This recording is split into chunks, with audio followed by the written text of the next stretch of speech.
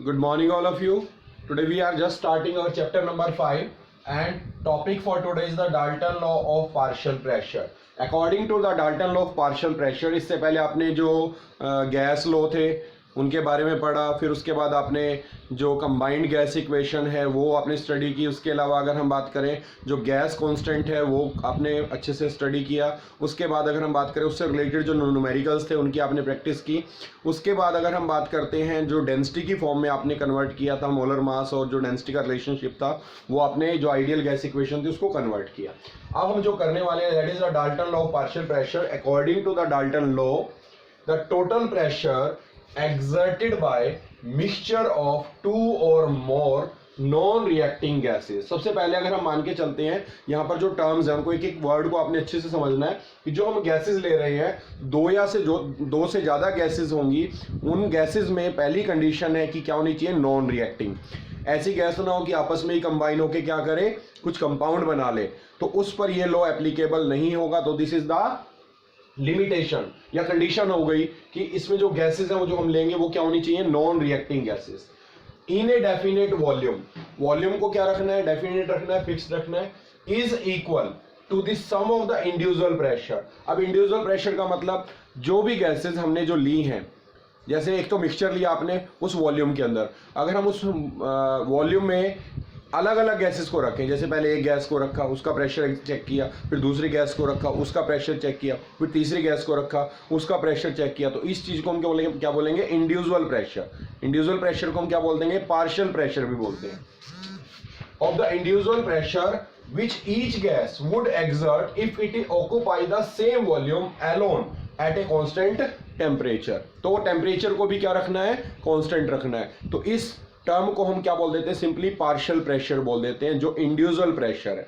तो according to the Dalton law of partial pressure अगर हम एग्जांपल ले लेते हैं, फॉर एग्जांपल हमारे पास जो गैसेस हैं, कोई गैस है जिसका प्रेशर है, फर्स्ट गैस है उसका प्रेशर कितना है P1, सेकंड गैस है उसका प्रेशर कितना है P2, थर्ड गैस है उसका प्रेशर कितना है P3, फोर्थ गैस है उसका प्रेशर कितना है P4 and so on are the individual pressure of the gases which is known as partial pressure. तो ये हम जो रिप्रेजेंट करेंगे क्या है, partial pressure P1, P2, P3, P4।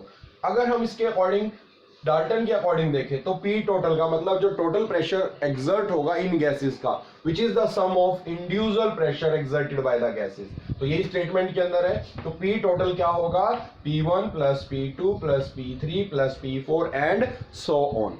तो ये हमारा हो गया फर्स्ट, अगर हम बात करें कौन सा, Dalton law of partial pressure. तो इसका मतलब जो हमारा टोटल प्रेशर होगा वो इंडिविजुअल प्रेशर के सम के बराबर होगा। लेकिन कंडीशंस मैंने बताई, कौन से गैसेस, नॉन रिएक्टिंग गैसेस। दूसरा equal volume, third constant temperature, तभी ये लॉ एप्लीकेबल होगा, अदरवाइज नहीं होगा।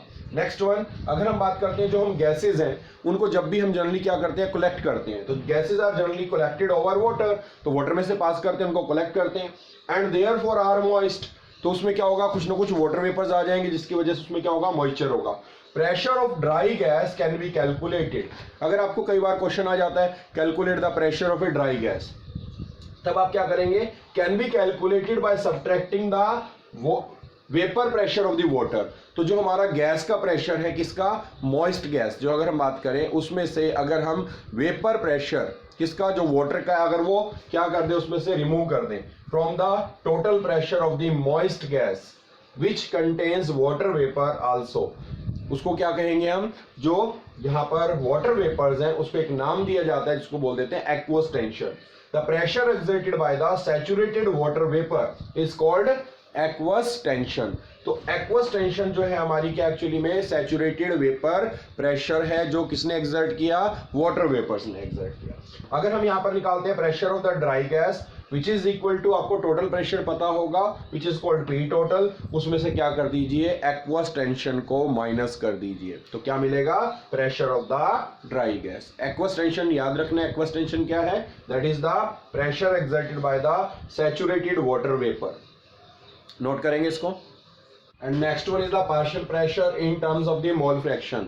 तो मोल फ्रैक्शन और पार्शियल प्रेशर में क्या रिलेशनशिप है वो आप डिराइव करने वाले हैं। फर्स्ट अगर हम मान के चलते हैं, suppose at the temperature T 3 gases enclosed in a vessel जिसकी वॉल्यूम कितनी है, in volume V, exert partial pressure P1, P2, P3 respectively. तो जो गैसेस है वो क्या प्रेशर एक्सर्ट कर रही है, पार्शियल प्रेशर। जो फर्स्ट गैस है उसका प्रेशर P1 है, सेकंड गैस है उसका प्रेशर P2 है, थर्ड गैस जिसका प्रेशर P3 है। Then according to the ideal gas equation, जैसे आपको पता है आइडियल गैस इक्वेशन क्या होती है, P is equal to nRT। तो हमने इसको थोड़ा सा रीअरेंज किया, तो P is equal to N/VRT। अगर हम यहाँ पर देखें तो कंडीशन में आप देख सकते हैं टेम्परेचर हमारा कांस्टेंट है, वॉल्यूम भी कांस्टेंट है, R भी कांस्टेंट है क्योंकि गैस कांस्टेंट होता है। अगर हम यहाँ पर देखें तो P1 is equal to N1RT/V। तो ये हमारी इक्वेशन नंबर 1 हो जाएगी according to the ideal gas equation. First partial pressure P1 is equal to N1RT/V। Similarly अगर हम बात करें जो सेकंड गैस होगी उसके लिए प्रेशर क्या हो जाएगा, P2 is equal to N2RT/V। और सिमिलरली क्या होगा, P3 is equal to N3RT/V। अब N1, N2, N3 ये क्या है, number of moles which may be different for different gases। तो N1, N2, N3 are the number of moles of these gases। Same भी हो सकते हैं, डिफरेंट भी हो सकते हैं, इसलिए हमने N1, N2, N3 को क्या बोल दिया, these are the number of moles of gases। Then according to the Dalton law of partial pressure, the P total is equal to P1 plus P2 plus P3 होगा। तो हमने यहाँ पर P1, P2, P3 की value को क्या किया, put कर दिया। P1 की वैल्यू कितनी है, दैट इज N1RT/V। सेकेंड कितनी होगी, N2RT/V। थर्ड कौन सी होगी, N3RT/V। अब इसमें से एक चीज कॉमन है, दैट इज RT/V। RT/V को हमने क्या किया, कॉमन लिया, और जो बचा आपका क्या बचा, N1 plus N2 plus N3। तो N1 plus N2 plus N3 RT/V। इस इक्वेशन को नंबर दिया 4। फर्स्ट इक्वेशन हमारी हो गई ये वाली, सेकेंड थर्ड इनको नंबर दिया और ये इक्वेशन हो गई 4। अब उसके बाद आपने क्या करना है, डिवाइड द इक्वेशन 1/4, या सिंपली कह सकते हैं divide P1 bye P total. तो P1 बाय P टोटल को हमने किया, तो विच इज इक्वल टू, इनकी वैल्यू पुट करें तो P1 क्या था, दैट इज N1RT/V। और अगर हम यहां पर देखें P टोटल क्या था, N1 plus N2 plus N3। तो N1 plus N2 plus N3 RT/V करेंगे तो रिवर्स होके क्या हो जाएगा, RT/V। RT/V से RT/V क्या हो जाएगा, कैंसिल आउट हो जाएगा। तो जो आपकी इक्वेशन बचेगी वो क्या बचेगी, P1 upon P total is equal to N1 upon यहाँ पर N1 plus N2 plus N3। ये आपने ऑलरेडी पढ़ा होगा, याद होगा, मोल फ्रैक्शन, जिसको हम चाई से रिप्रेजेंट करते हैं, एक्स बोल देते हैं सिंपली चाई, विच इज x1। तो N1 upon N1 plus N2 plus N3 क्या होगा, x1 या चाई 1 बोल सकते हैं। तो x1 इज इक्वल टू चाई 1 P टोटल, तो P1 is equal to x1 into P total आ जाएगा। अब अगर हम क्या करें, सिमिलरली अगर हम ये वाली इक्वेशन ले, इक्वेशन नंबर 2 को 4 से डिवाइड करें, इक्वेशन नंबर 3 ले, उसको किससे, 4 से डिवाइड करें, तो उससे आपको जो इक्वेशन मिलेगी that is P2 is equal to x2 into P total. फिर सिमिलरली हम P3 is equal to x3 into P total. और एक जर्नल इक्वेशन ले लेते हैं, that is Pi is equal to xi into में P टोटल।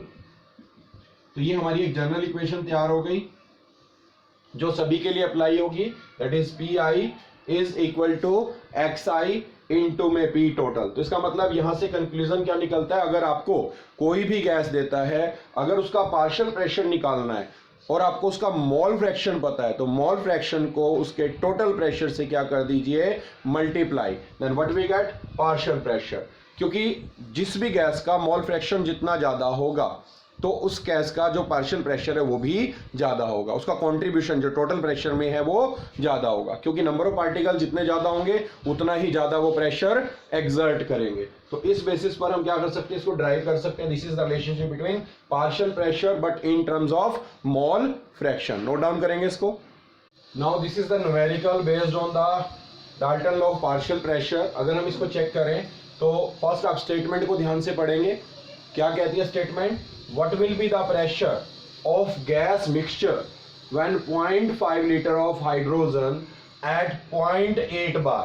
तो इसका मतलब जो आपको गैस दी हुई है फर्स्ट, उसका क्या दिया हुआ है, वॉल्यूम कितनी है उसकी, 0.5 लीटर है, और प्रेशर कितना है, 0.8, किसका, हाइड्रोजन का, and 2 litre of oxygen gas at 0.7 बार। तो ऑक्सीजन का जो प्रेशर है वो कितना है, दैट इज 0.7 बार, और वॉल्यूम कितनी है, 2 litre, are introduced in 1 liter vessel at 27 degree Celsius. तो इन दोनों गैसेस को किस में डाला गया, 1 लीटर के वेसल के अंदर, और उसमें वो कितना प्रेशर एक्सर्ट करेंगे, आपको टोटल प्रेशर बताना है। तो इसके लिए हमें सबसे पहले तो पार्शियल प्रेशर पता होना चाहिए। अगर हम पार्शियल प्रेशर निकाल लेते हैं किसका, हाइड्रोजन का और ऑक्सीजन का, तो हम क्या कर सकते हैं, using the Dalton law of partial pressure, अगर आपको टोटल प्रेशर निकालना है तो पार्शियल प्रेशर को ऐड कर देंगे। तो हमारे पास सबसे पहले कौन सी है, हाइड्रोजन गैस।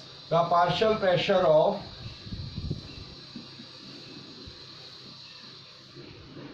हाइड्रोजन गैस अगर निकालना है तो सबसे पहले आपको जो जो गिवन है, प्रेशर कितना है, P1। P1 कितना, अगर हम यहां देखें प्रेशर P1 कितना है, दैट इज 0.8 बार। वॉल्यूम कितनी है V1,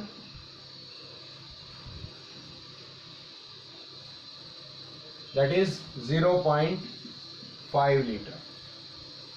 दूसरा क्या गिवन है, अगर हम बात करें यहां पर आपको P2 निकालना है और V2 आपको गिवन है कितना है, 1 लीटर।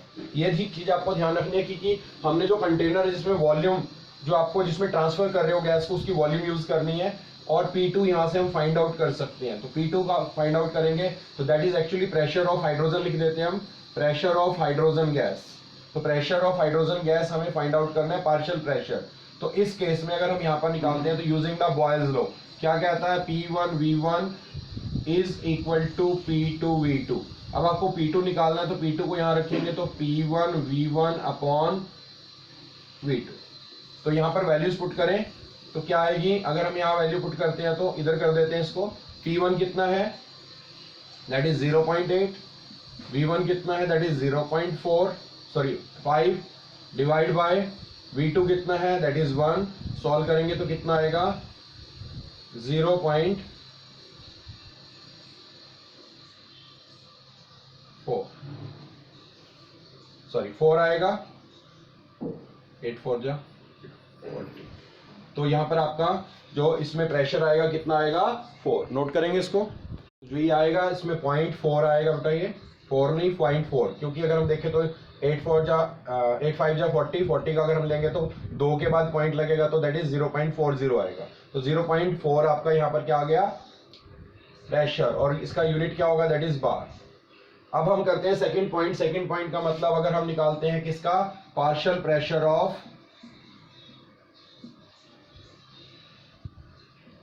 Oxygen gas. जो ऑक्सीजन गैस है उसका निकालना है तो उसके लिए भी वही प्रोसेस करेंगे हम, दैट इज P1 कितना गिवन है, अगर हम देखें तो pressure P1 in case of oxygen that is 0.7 बार। और अगर हम बात करें वॉल्यूम कितनी है, that is 2 litre. P2 find out करना है, प्रेशर ऑफ O2 कर लेते हैं इसको, और यहां पर अगर आपको V2 की बात करें तो दैट इज 1 लीटर। तो ये आपको गिवन है। अब इसमें इक्वेशन को पुट करें अगेन, तो P2 is equal to P1V1 upon V2। इनकी वैल्यूज को पुट करेंगे तो क्या होगा, अगर हम देखें तो P1 कितनी है, 0.7 इंटू V1 2 डिवाइड बाय 1, तो दैट इज इक्वल टू 1.7 2 जा 14 1.4 बार। तो अब हमारे पास दोनों प्रेशर आ चुके हैं, किस किस का, फर्स्ट हमारे पास है हाइड्रोजन का, और आपको निकालना है P टोटल। तो P total which is equal to pressure of hydrogen plus pressure of oxygen, partial pressure of hydrogen plus partial pressure of oxygen. तो P टोटल करेंगे तो कितना आएगा, प्रेशर ऑफ हाइड्रोजन कितना है, दैट इज 0.4 बार, प्लस अगर हम बात करें तो दैट इज 1.4 बार, टोटल करेंगे तो दैट इज 1.8 बार। तो this is the P total. तो ये आपका आंसर आ जाएगा। इस तरीके से आप जो न्यूमेरिकल्स हमको ट्राई करेंगे, दिस इज द आंसर। तो इससे रिलेटेड जो न्यूमेरिकल्स हैं उनको आप ट्राई कर सकते हैं। तो इससे रिलेटेड जो आपके एनसीईआरटी के क्वेश्चंस हैं उनको आप ट्राई करेंगे, हेल्प बुक के अंदर है उनको जो आप ट्राई करेंगे, और अपनी जो फेयर नोटबुक है उसमें करेंगे, और जो डेरिवेशन है उसको अच्छे से आपने करना है। तो इससे रिलेटेड जितने भी आप मैक्सिमम न्यूमेरिकल्स कर सकते हैं उनको